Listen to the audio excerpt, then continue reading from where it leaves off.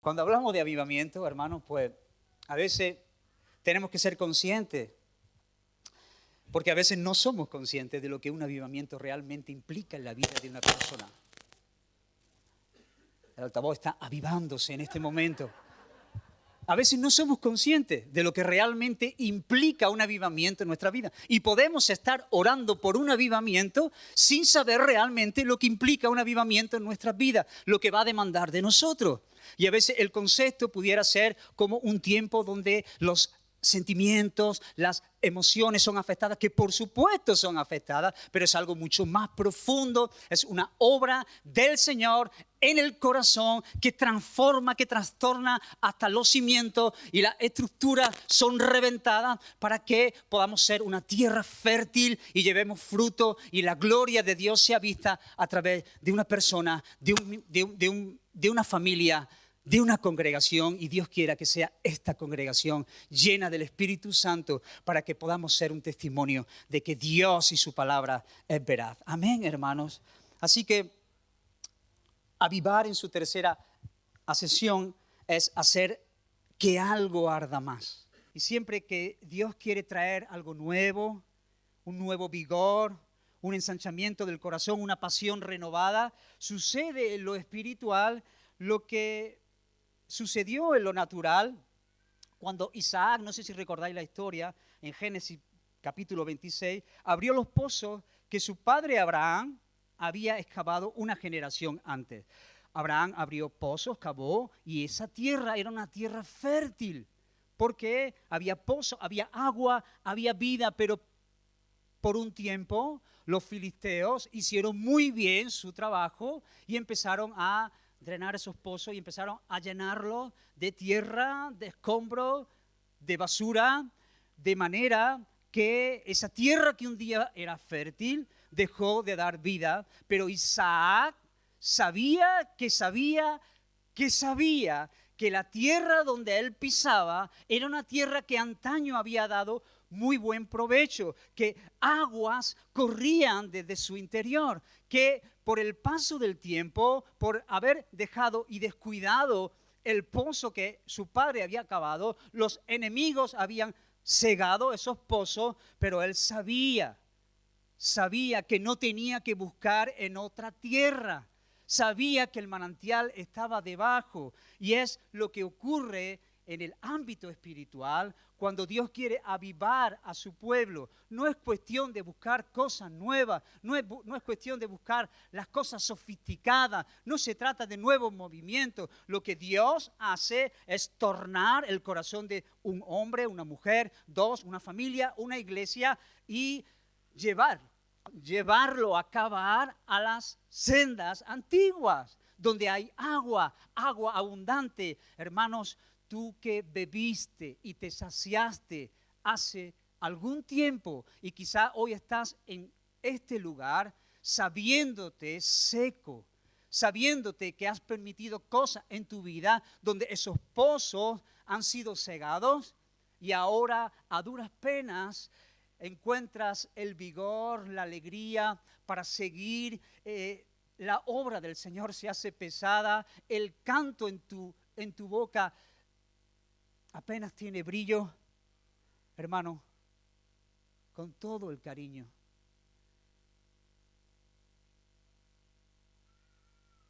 tú sabes dónde tienes que buscar, porque los pozos simplemente han sido cegados por los enemigos, por el descuido, porque hemos dejado de ir a la fuente, porque empezamos a beber de otra fuente.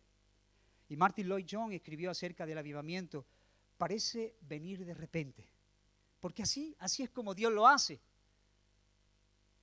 Parece venir de repente, y en cierto sentido así es algo incontrolable, no podemos controlarlo. Hermano, esto no es cuestión de decir: hemos quedado en Monte Olivos el jueves a las 7 porque vamos a tener un avivamiento.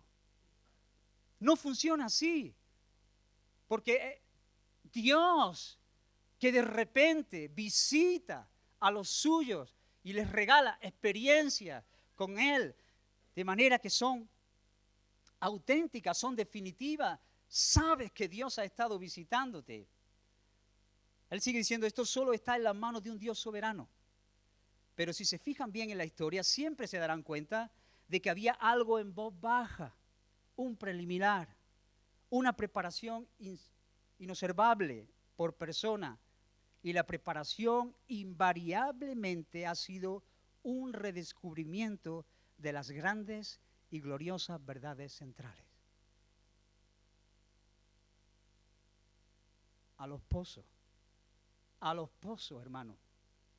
Porque los pozos están, porque la palabra está, porque lo que nosotros necesitamos mirar y ver es al Dios Todopoderoso, al Dios de toda gracia, de todo poder, conocer sus atributos, conocer quién es Dios, volver a Él. No necesitamos conocer cosas de Dios, necesitamos tener encuentros con Dios, tener tratos con el Dios que se ha acercado, el Dios que nos ha favorecido.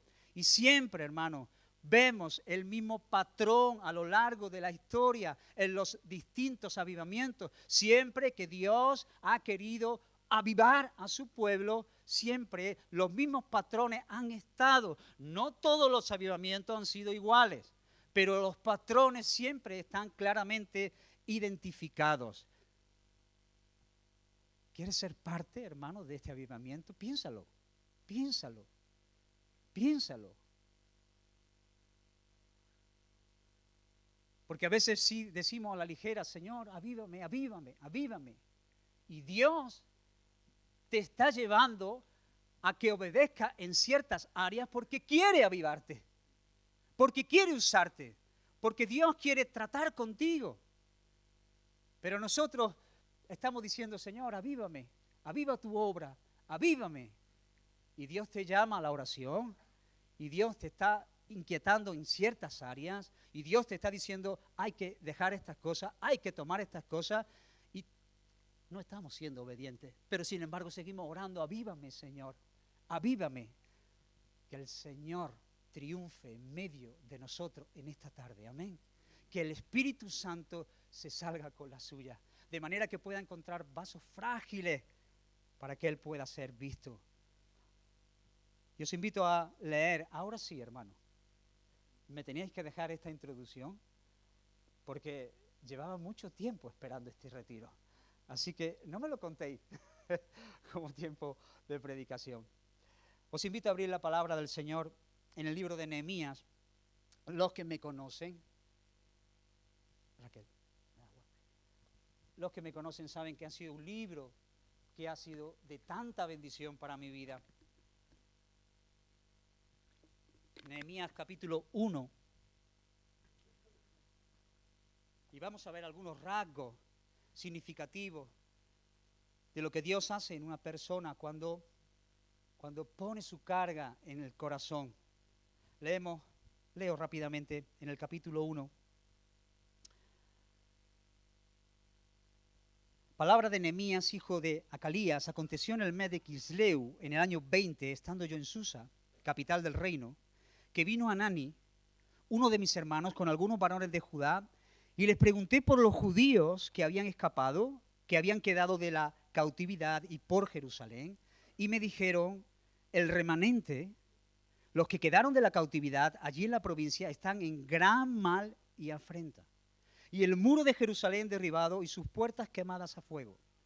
Cuando oí estas palabras, me senté y lloré, e hice duelo por algunos días, y ayuné y oré delante del Dios de los cielos, y oró de esta manera, y dije, te ruego, oh Jehová, Dios de los cielos, fuerte, grande y temible, que guarda el pacto y la misericordia a los que le aman y guardan sus mandamientos. Esté ahora atento tu oído y abierto tus ojos para oír la oración de tu siervo, que hago ahora delante de ti día y noche, por los hijos de Israel, tus siervos, y confieso los pecados de los hijos de Israel que hemos cometido contra ti.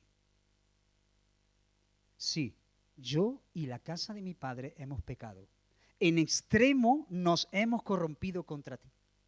Y no hemos guardado los mandamientos, estatutos y preceptos que diste a Moisés tu siervo. Acuérdate ahora de las palabras que diste a Moisés tu siervo, diciendo, Si vosotros pecareis, yo dispersaré por los pueblos.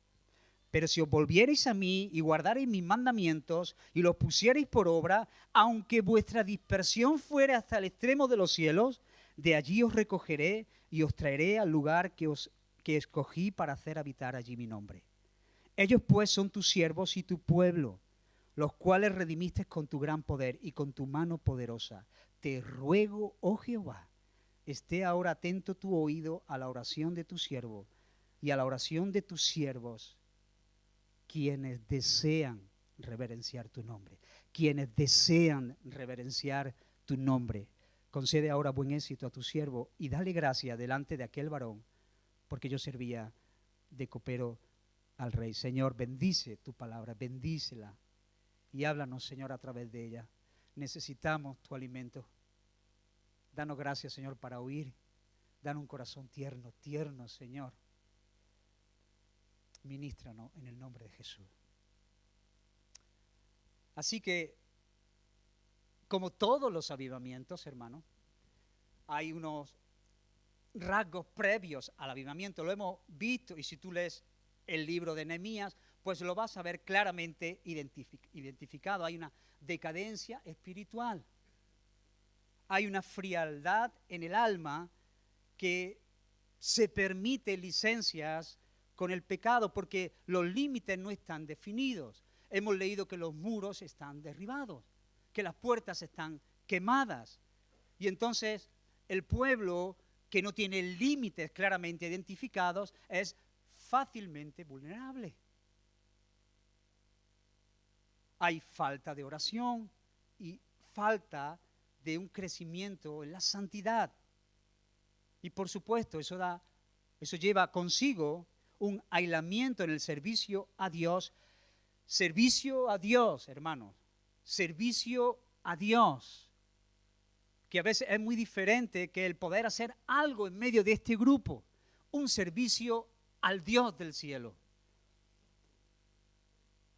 Y automáticamente las personas en medio de esa decadencia espiritual entran en un repliegue de uno mismo. Es mirarse a sí mismo.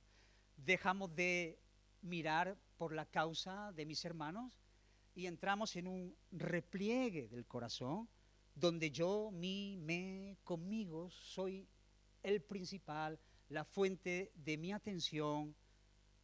En ese tiempo, cuando el Señor permite que su pueblo reciba lo que están sembrando, parecieran que están juntos, pero no están unánimes.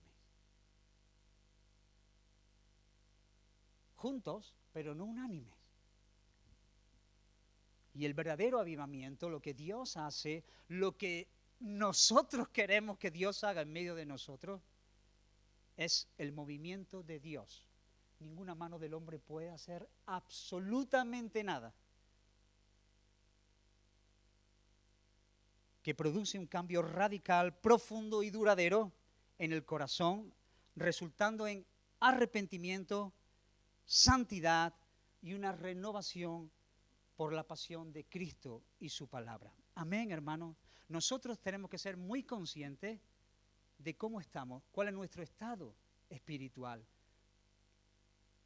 Hermanos, a mí me podéis engañar, incluso al pastor podéis engañarle, pero delante del Señor estamos desnudos. Dios conoce exactamente cómo está la temperatura espiritual de tu alma. Y Dios quiere, y no solo quiere, sino que puede atraer tu corazón a Él para que de una manera milagrosa tu vigor, tu pasión, tus ganas, tus motivaciones cambien y dejen de centrarse en la situación que te rodea y puedas mirar al Dios de los cielos y entonces tu corazón avivarse para la obra que Dios quiere hacer contigo. Arrepentimiento vemos en la vida de Nehemías, confesión de pecado, volver al asombro, esperar que Dios lo va a hacer. Hermanos, a veces, no sé si esto pasa aquí, en Córdoba pasa, a veces oramos, pero realmente no esperamos.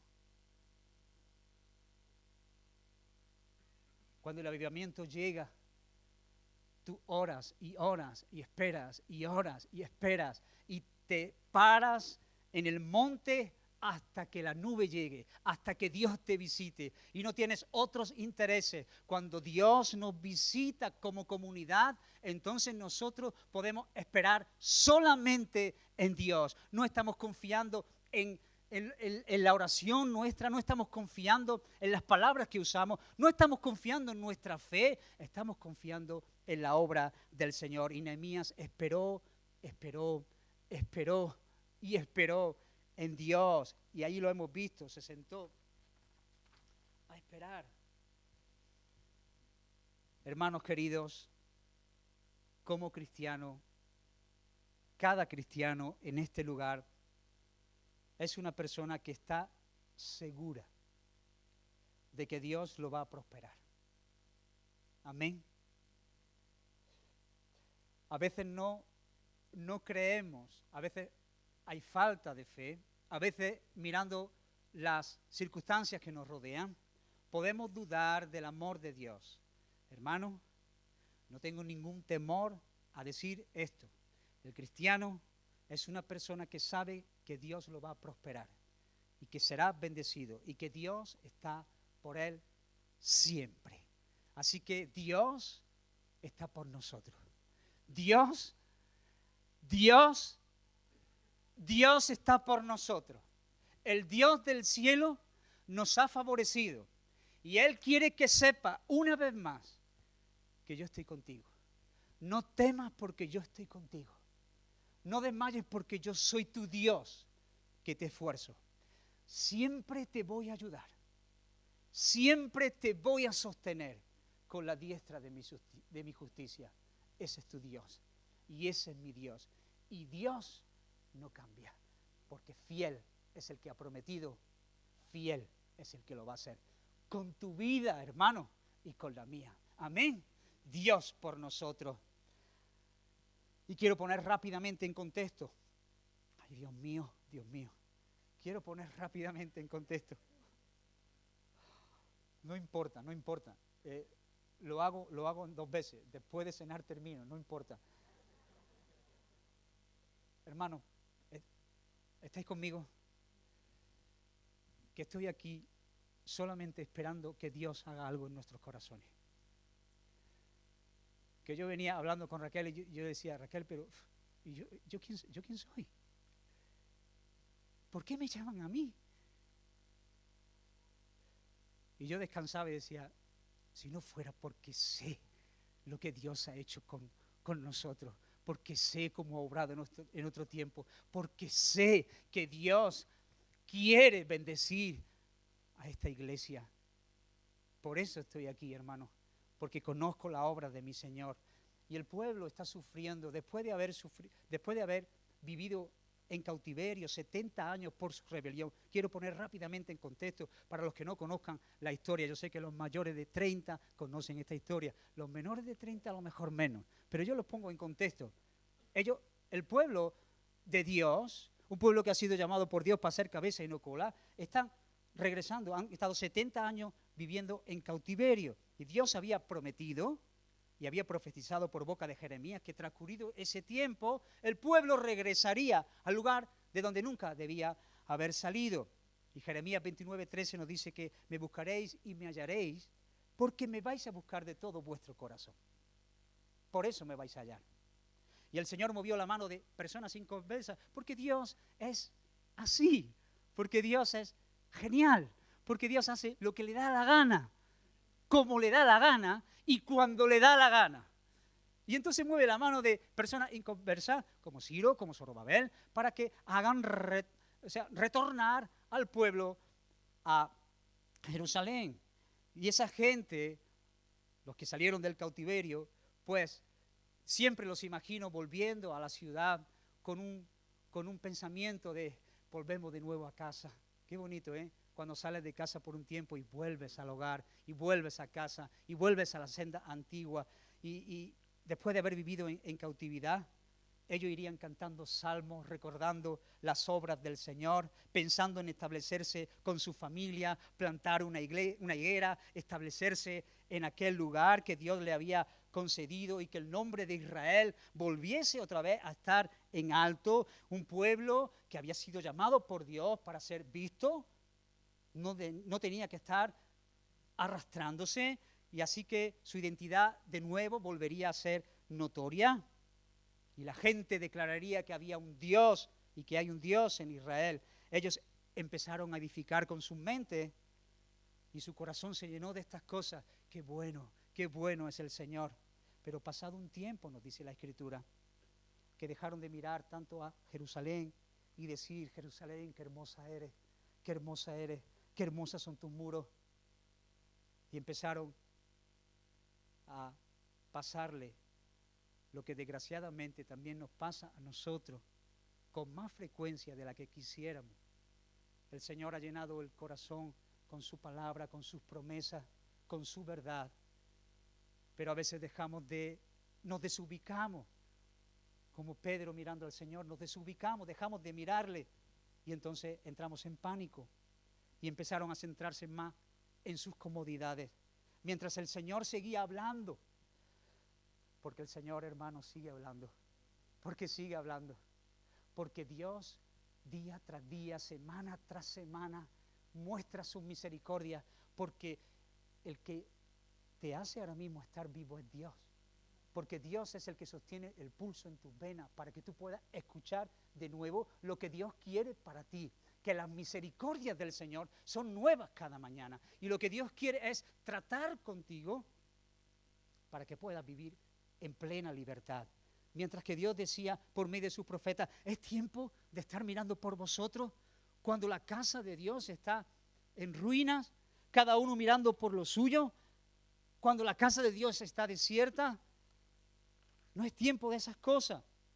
Y aquí nos encontramos, cuando hemos leído este texto, que han pasado ya casi 100 años desde que los primeros cautivos llegaron, y lo que hemos visto es ruinas, ruinas, ruinas, ruinas por todas partes.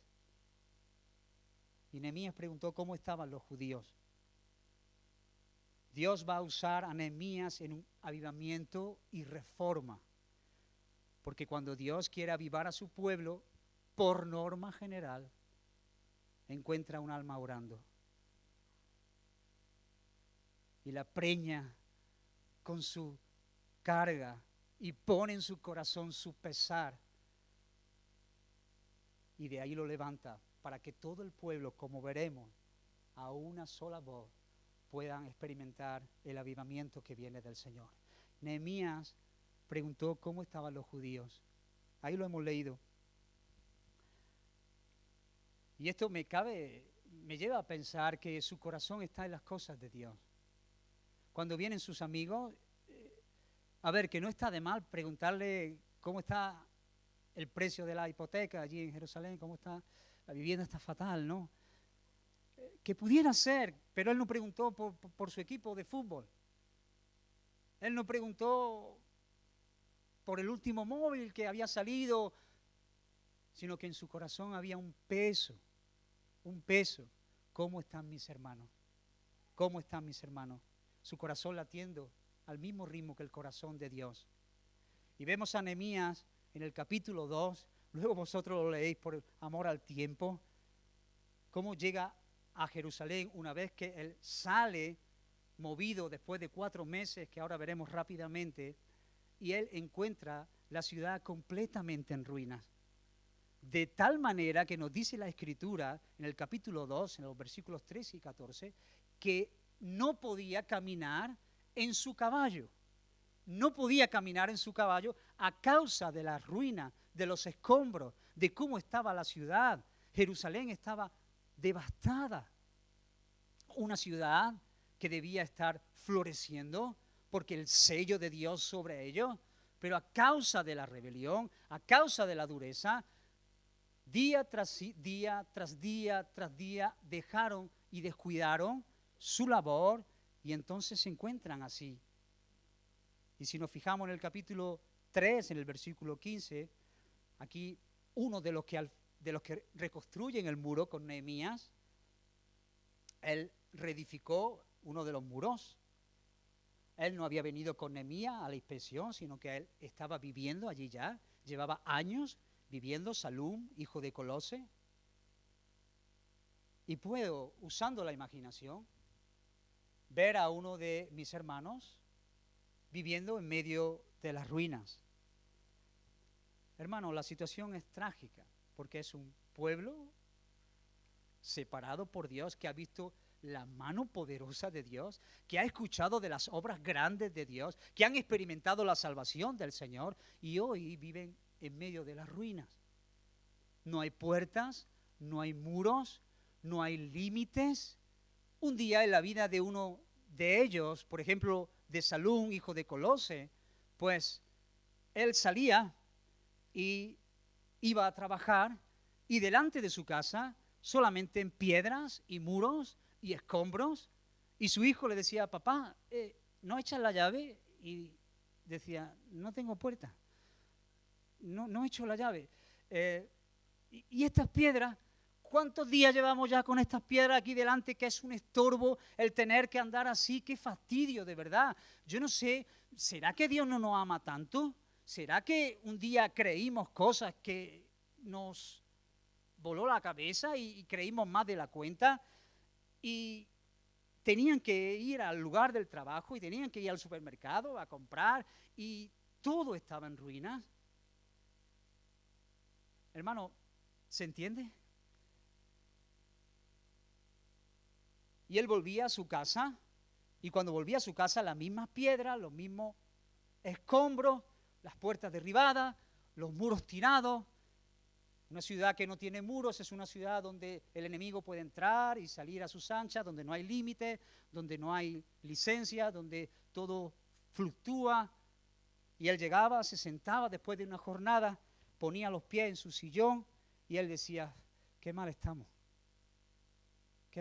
de verdad. Veo que nos falta algo como pueblo de Dios. Qué mal estamos, cuánto escombro, hay tantas cositas. Y ahora que estoy pensando, ¿y la puerta de Cosby? ¿Y la puerta del otro? ¿Cómo la tiene? No tiene escombro, no tiene piedra sobre piedra sobre piedra. Y esa puerta está más quemada que la mía. ¿Se entiende, hermano? ¿Se entiende? Salum había experimentado el mover de Dios y cómo lo había llevado de vuelta a casa. La mano de Dios sobre ellos. Y quizá haya personas en medio de este lugar que habiendo experimentado la buena mano del Señor sobre sus vidas, habiendo tenido un encuentro salvador con el Señor y habiéndose establecido en la tierra de la promesa, que es Cristo, hoy están viviendo entre ruinas. Hoy están viendo ciertos escombros, puertas quemadas, muros derribados. Y desde tiempo viven en una paz extraña que no les deja avanzar. Y por supuesto eso trae vergüenza al nombre del Señor. Por supuesto, hermano. Y quizás piensa, como pensaría este Salum, alguien tiene que hacer algo. ¿Qué es lo que pasa? ¿Por qué no llega el avivamiento? ¿Por qué tanto escombro? ¿Por qué nadie barre esto? ¿Qué es lo que pasa? Hermano, hermana, porque Dios te ha escogido a ti para que lo hagas. Porque Dios quiere tratar con tu vida. Porque Dios desde hace tiempo te está diciendo dónde está la fuente. Porque Dios desde hace tiempo está poniendo el dedo en esos escombros, en esas piedras, en esas puertas, en esos muros. Y te está llamando desde los 4 costados a edificar y a levantarte.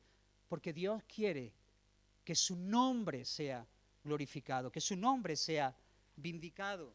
Porque cada piedra, cada escombro habla mal del nombre del Señor. Y mientras que este Salum termina su jornada y pone los pies sobre su sofá y se queda en esa paz extraña que sabe que que no es la vida que Dios ha prometido para aquellos que le aman, que no hay tiempo de refrigerio, que no hay tiempo de avivamiento, que sí, que voy a una reunión más, que sí, que estoy comprometido, que estoy yendo a los grupos de casa, pero que sé que lo más profundo de mi corazón, mi alma está seca, que es la inercia lo que me lleva a hacer las cosas, que es lo que otros dirán, que es lo que puedan pensar de mí, pero que sé que cuando estoy solo en mi casa, me lamento por la situación,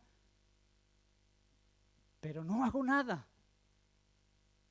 Hermanos, y este es el avivamiento, este es el mover de Dios. Pero el Espíritu del Señor, mientras que Salún está lamentándose, mirando cada piedra y cada puerta, se está moviendo. El Espíritu del Señor en el mismo momento se mueve sobre la vida de Nehemías. Lejos de allí, a muchos kilómetros, hay un hombre que ora. Bendito sea el nombre del Señor, que todavía guarda a un remanente, que lo pone sobre sus rodillas y que quiere preñarle con los deseos, con los pesares, con el sentir del corazón de Dios. Hermano, ¿quieres ser tú uno de los que Dios quiere usar para levantar el nombre del Señor allí donde Él te ha puesto, en medio de esta iglesia, en medio de la ciudad de Cádiz, en medio de donde Dios quiera llevarte? ¿Todavía quieres? Porque hay personas que se conforman con ese estilo de vida porque no quieren el compromiso. Y por eso necesitamos un avivamiento, porque cuando el corazón se ha secado, las cosas que no son normales las vemos normales. Pero cuando Dios viene, irrumpe en el corazón y trae la verdad consigo, entonces esas cosas tienen que desaparecer, porque buscamos lo eterno, buscamos las cosas que vienen de arriba, lo espiritual. ¿Quieres ser tú uno de esa compañía, hermano, que quiere tener tratos con Dios? Amén. Queremos, hermano, tener experiencias con el Señor. El corazón de Nehemías sabe que ha sido apresado por ese sentir. Y mientras que este Salún termina la faena y se sienta en el sillón, Nehemías gime. Gime porque cuando escuchó el reporte de cómo estaban sus hermanos, se sentó y lloró. Y se sentó y lloró no tanto por cómo estaban sus hermanos, que también. Se sentó y lloró porque saben que sus hermanos estén así es una deshonra para el nombre del Señor.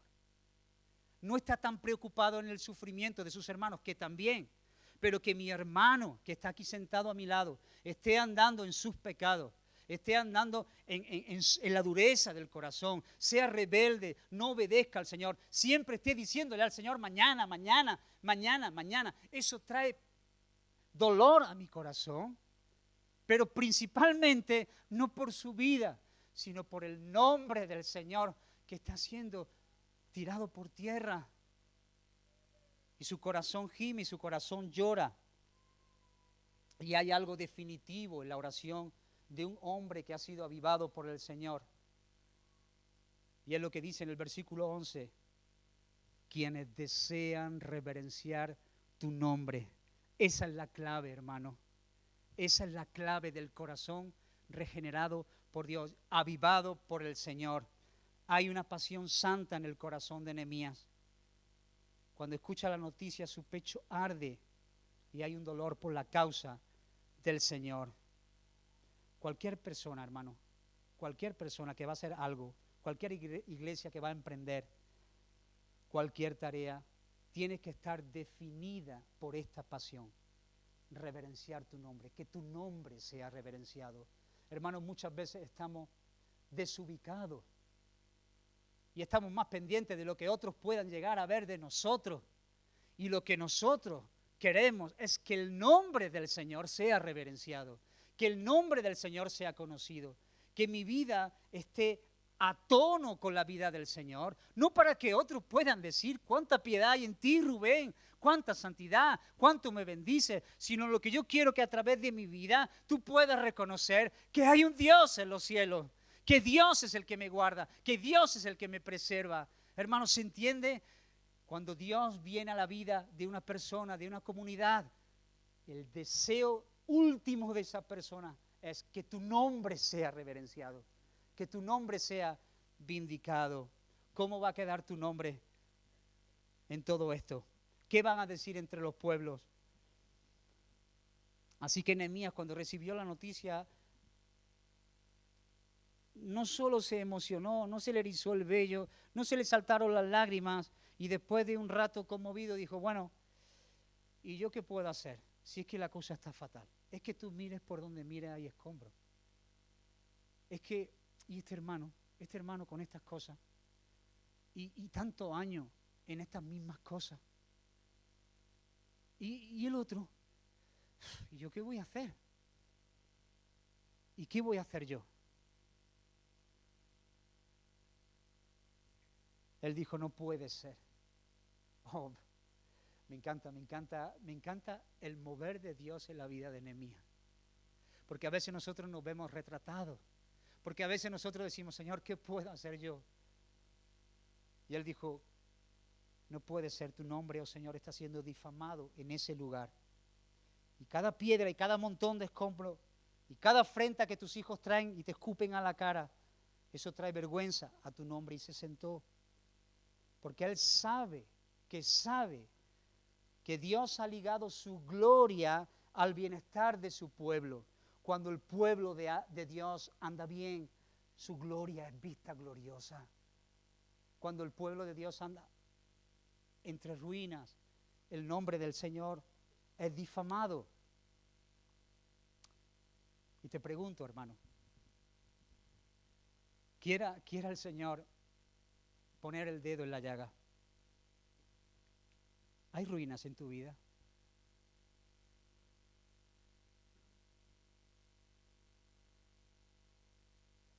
¿Hay ajustes que el Señor te está demandando en este preciso instante?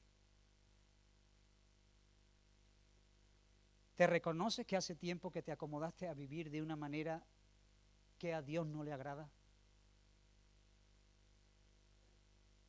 La Biblia dice que el corazón del hombre es engañoso y perverso más que cualquier cosa, y es capaz de convencerte de que estás bien y no estás bien. Pero el Espíritu Santo no juega con nosotros, y Él señala, y Él nos apunta con el dedo, y Él a los que se acercan con un corazón contrito y humillado los atiende y los hace volverse de esa locura. Hermano, que haya sido llevado a Cristo, eso es un milagro. Eso es un milagro. Pero pudiera ser que Él te demande reconstruir los muros alrededor de tu vida, de tu familia o de la iglesia. No te conformes con ver a otros así y decir, si es que estamos así. Si es que en general yo me examino y más o menos estamos así. Entra en el secreto de tu Dios. Hermano, Dios es el mismo Dios. Dios es fiel, Él no ha cambiado. Entra en el secreto de tu Dios y dile, Señor, haz conmigo lo que bien te parezca, pero úsame en medio de este avivamiento, úsame en medio de esta reforma, que yo pueda ser un instrumento en tus manos, porque lo que me motiva es que tu nombre sea reverenciado, que tu nombre sea puesto en alto, que todos los pueblos te alaben, que todos los pueblos te alaben, eso es lo que me motiva. Así que hemos visto en primer lugar que Nehemías tiene un corazón apasionado por Dios. En segundo lugar, un corazón quebrantado. Y ahora sí voy corriendo. ¿Me permití beber agua? Porque Nehemías también bebía agua. ¿Estamos bien hasta aquí, hermano? Soy consciente y sigo pensando lo mismo. A menos que Dios obre en el corazón, por más palabras y más frases y la elocuencia que tú quieras, no pasará nada en lo absoluto. Estoy esperando el sello del Señor en vuestros corazones y también en mi corazón. En segundo lugar, en primer lugar, Nehemías tiene un corazón apasionado por Dios. Esas son las señales de un avivamiento, un corazón que se vuelve a Dios y a su causa. En segundo lugar, tiene un corazón quebrantado. Cuando escuché el reporte de Hanani, se sentó. Y esto me habla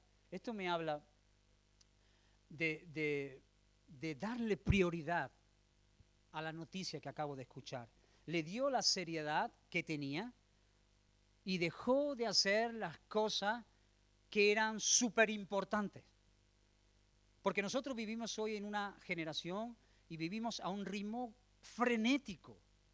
Tenemos un montones de cosas que hacer siempre. Vivimos a la velocidad de la luz y siempre llegamos tarde.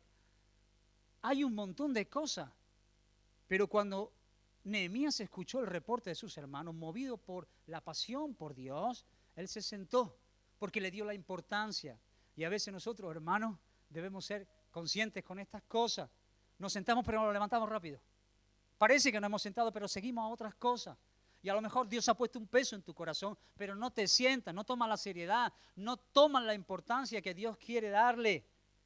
Es como cuando tú quieres dar una super noticia, tienes una noticia súper buena que dar. No sé si te ha pasado alguna vez y de repente ves a una persona que quieres compartirla y estás súper emocionado de transmitirle esa noticia y de repente le dices, tío, ¿sabe una cosa?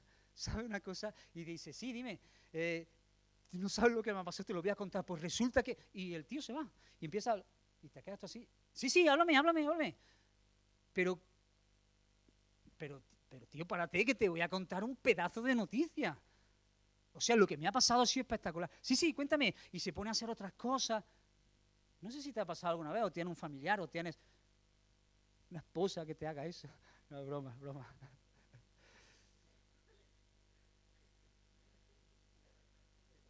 Un esposo también. Nehemías no. Estoy en familia, hermano.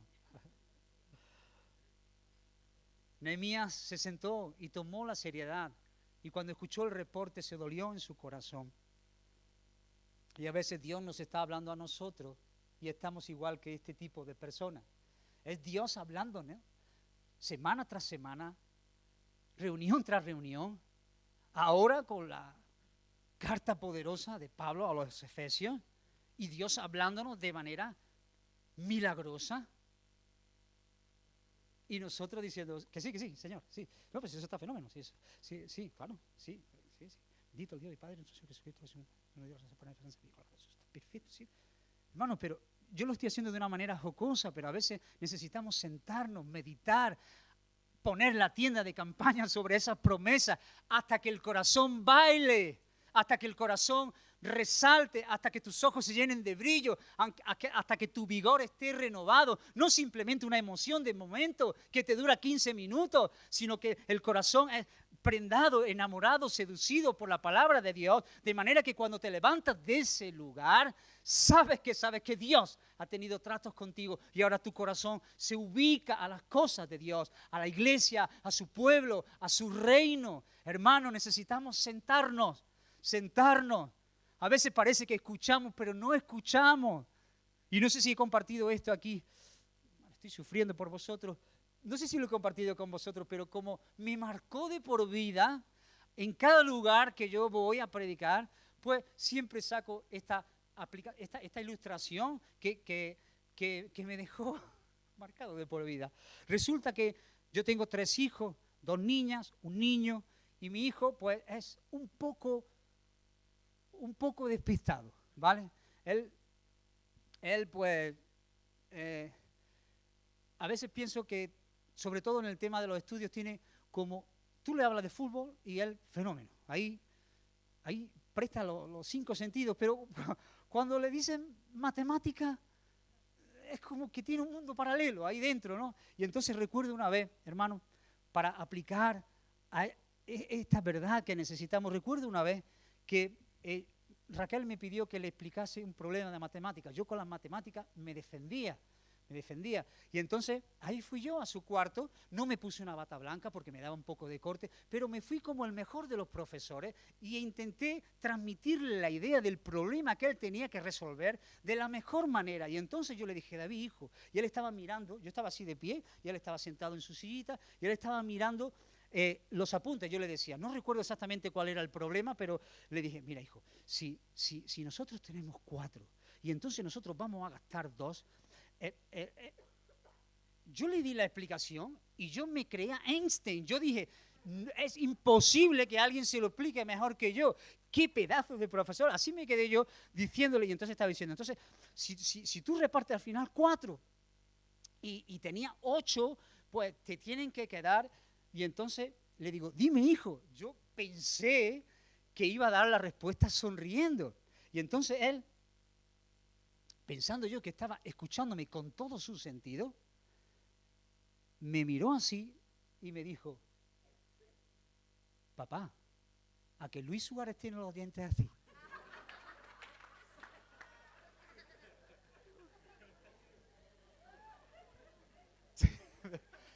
Me dejó marcado de por vida. ¿Dónde estaba? ¿Dónde estaba? ¿Dónde estaba? Estaba pensando los dientes de Luis Suárez, mientras que su padre estaba dándolo todo para que él entendiese ese problema. Hermanos, a veces nos reímos. A veces nos reímos y yo me río de esta experiencia y lo he contado y pobrecita, a veces me dice, papá, ya está bien de los dientes de Luis Suárez, porque ya tiene 15 años, claro, eso era con 9, pero es significativo porque me lleva a pensar que a veces Dios está hablándote de una manera tan clara y tú estás diciendo, ¿a que Luis Suárez tiene los dientes así, Señor? ¿A que Luis Suárez tiene así los dientes? Y Dios está diciendo, pero ¿qué pasa? ¿Qué pasa con vosotros? ¿Qué pasa? ¿Cuánta gracia, cuánta misericordia? Que he descendido del cielo, que me he humillado, que me he dado por vosotros, que he entregado el mensaje, que he vivido por vosotros, que he muerto en vuestro lugar, que hay gracia, hay misericordia, hay promesa. ¿Qué pasa, iglesia? ¿Qué pasa? Necesitamos sentarnos delante del Señor y decir, Señor, me siento y te espero hasta que yo me levante renovado en mi fuerza para que pueda dar un paso de fe y no estar pensando en tonterías. Señor, ayúdame, aviva mi corazón como avivaste el de Nehemías para que yo pueda ser de bendición allí donde tú quieras llevarme. Amén, hermano. Dios quiere que te sientes como se sentó, que entre en la presencia del Señor. Y ahora sí, arranco, tomo la recta final. ¿Estáis bien, hermano? Si tú quieres servir a Dios a tu forma, dando el tiempo que tú consideres, te digo sin ningún temor a equivocarme, sin ningún temor, que tú sabrás cosas de Dios, pero nunca conocerás al Dios de las cosas, nunca. Dice Ezequiel en el capítulo 3, versículo 15 y 16, me levantó pues el Espíritu, mira, este texto es impresionante, me levantó pues el Espíritu y me tomó y fui en amargura, en la indignación de mi espíritu, pero la mano de Jehová era fuerte sobre mí y vine a los cautivos en Tel Aviv, que moraban junto al río Quebar, y me senté donde ellos estaban sentados, y allí permanecí 7 días, atónito entre ellos.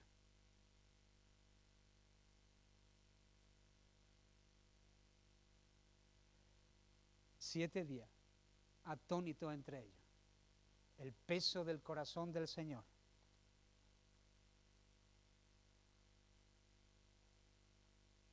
Y se sentó 7 días, viendo el pesar de sus hermanos. Y aconteció que al cabo de los 7 días, vino a mí palabra del Señor. Bendito sea el nombre del Señor. Hermanos, Dios te está llamando a sentarte. Vivimos en unos ritmos frenéticos. Tenemos la idea del microondas instalada en nuestro ser, pero que las cosas de Dios se cuecen a fuego lento, que Dios quiere tratar contigo, y qué mejor que tratar con Dios. Qué mejor cosa que tener tratos con Dios. El tiempo avanza, el sol sale, el sol se vuelve a esconder. Ayer tenía 25 años, hoy tengo 30 y... 48. Ha pasado rapidísimo el tiempo, rapidísimo. Iglesia, querida iglesia, es tiempo de sentarse y oír y zafarnos de tanto ruido. Y lloró, Nehemías lloró. Y el hombre y la mujer, la iglesia que viven cerca del corazón de Dios y se sienta para escuchar y escucha, su corazón se enternece. Siempre lo vas a ver en toda clase de avivamiento, un corazón tierno que llora por las cosas que Dios llora. Porque Dios, cuando ve a su pueblo en gran mal y afrenta, llora el Señor. Porque Dios nos ama como nosotros no somos capaces de entender. Porque el Espíritu Santo nos anhela celosamente. Nos cela el Espíritu de Dios. ¿Tú eres consciente de esa realidad? Por eso le duele. Por eso el Espíritu se contrita. Porque nos ama. ¿Cómo están tus ojos, hermano? Y también oró y ayunó, porque Nehemías había sido preñado con la carga de Dios, y durante 4 meses, porque no es una emoción momentánea, porque toda verdadera pasión nace de la angustia, ese profundo dolor por la situación que tú estás viendo en tu propia vida, en tu familia, en la iglesia. Toda verdadera pasión nace y Dios te bautiza en angustia para que tú puedas ver lo que hay en el corazón de Dios. Y durante 4 meses, todo eso está ahí en el texto. Él oró, ayunó, esperó, ayunó, oró, clamó, esperó, se sentó, ayunó y oró, y oró y ayunó, y ayunó y oró y esperó, y Dios respondió. Amén. Bendito sea el nombre del Señor, que responde, no en nuestro tiempo, sino en el tiempo que Él ve oportuno. Y entonces, por supuesto que en esa oración hay una confesión de pecado. Porque en todos los grandes avivamientos, como hemos escuchado, siempre al contemplar la hermosura de Dios, como hemos leído en el versículo 8, acuérdate ahora de la palabra que diste, Moisés. No, es el versículo.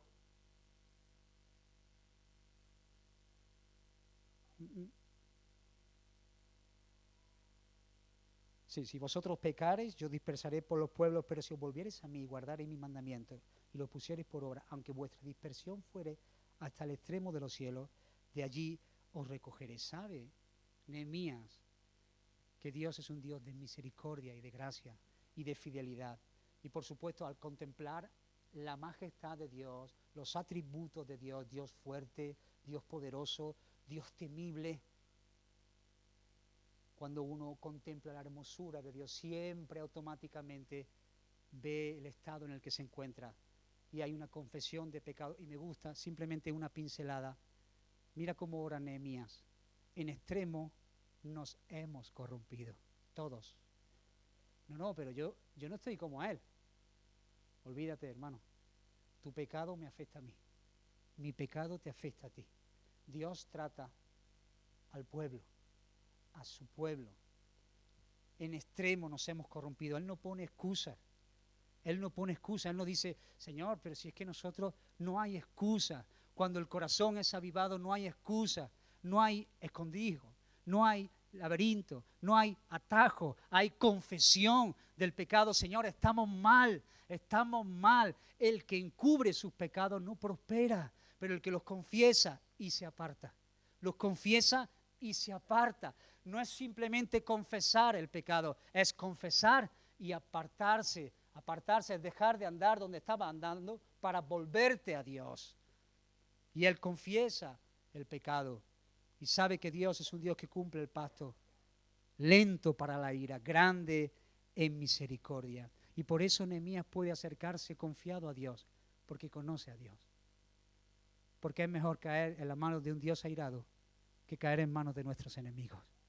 Porque Dios tiene tratos con su pueblo todavía. Porque Dios tiene tratos contigo todavía. Porque Dios quiere avivar tu corazón. Porque Dios quiere que el corazón de sus hijos se levante. Termino. Quiero al Señor bendecir a esta congregación, haciéndole ver realmente la situación en la que estamos viviendo. Yo no sé lo que hay en vuestro corazón. Tampoco sabéis lo que hay en el mío. Dios sabe lo que hay en el corazón. Y quizás sabes que hay muros en tu vida que necesitan ser levantados. Quizás hay lugares donde las puertas han sido quebradas, donde le hemos dado lugar al diablo, donde el enemigo ha visto un agujero en el muro y ha entrado. Quizá hay personas en medio de este lugar cediendo ante las tentaciones, ante las presiones, deslizándose. El lugar secreto y oculto es tan secreto que ni lo encuentran. La palabra del Señor ya no es su alimento, se han descuidado. Y eso, hermano, olvídate de ti, no pienses en ti, que cómo estoy yo, qué estarán pensando de mí, qué pensará el otro. Sí, hay cosas que son notorias, hay frutos que son evidentes, pero hay otras personas que se escurren en medio del pueblo y a lo mejor no somos conscientes.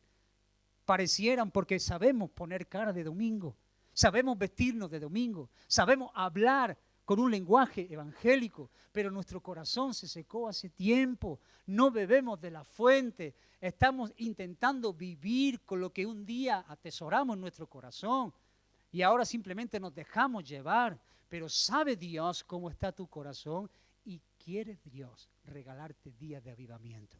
Te pido, hermano, que en esta hora puedas reconocer delante del Dios que estás desnudo cómo está tu alma y puedas clamar y decir: Señor, avívame, avívame. No quiero vivir ni un segundo más así.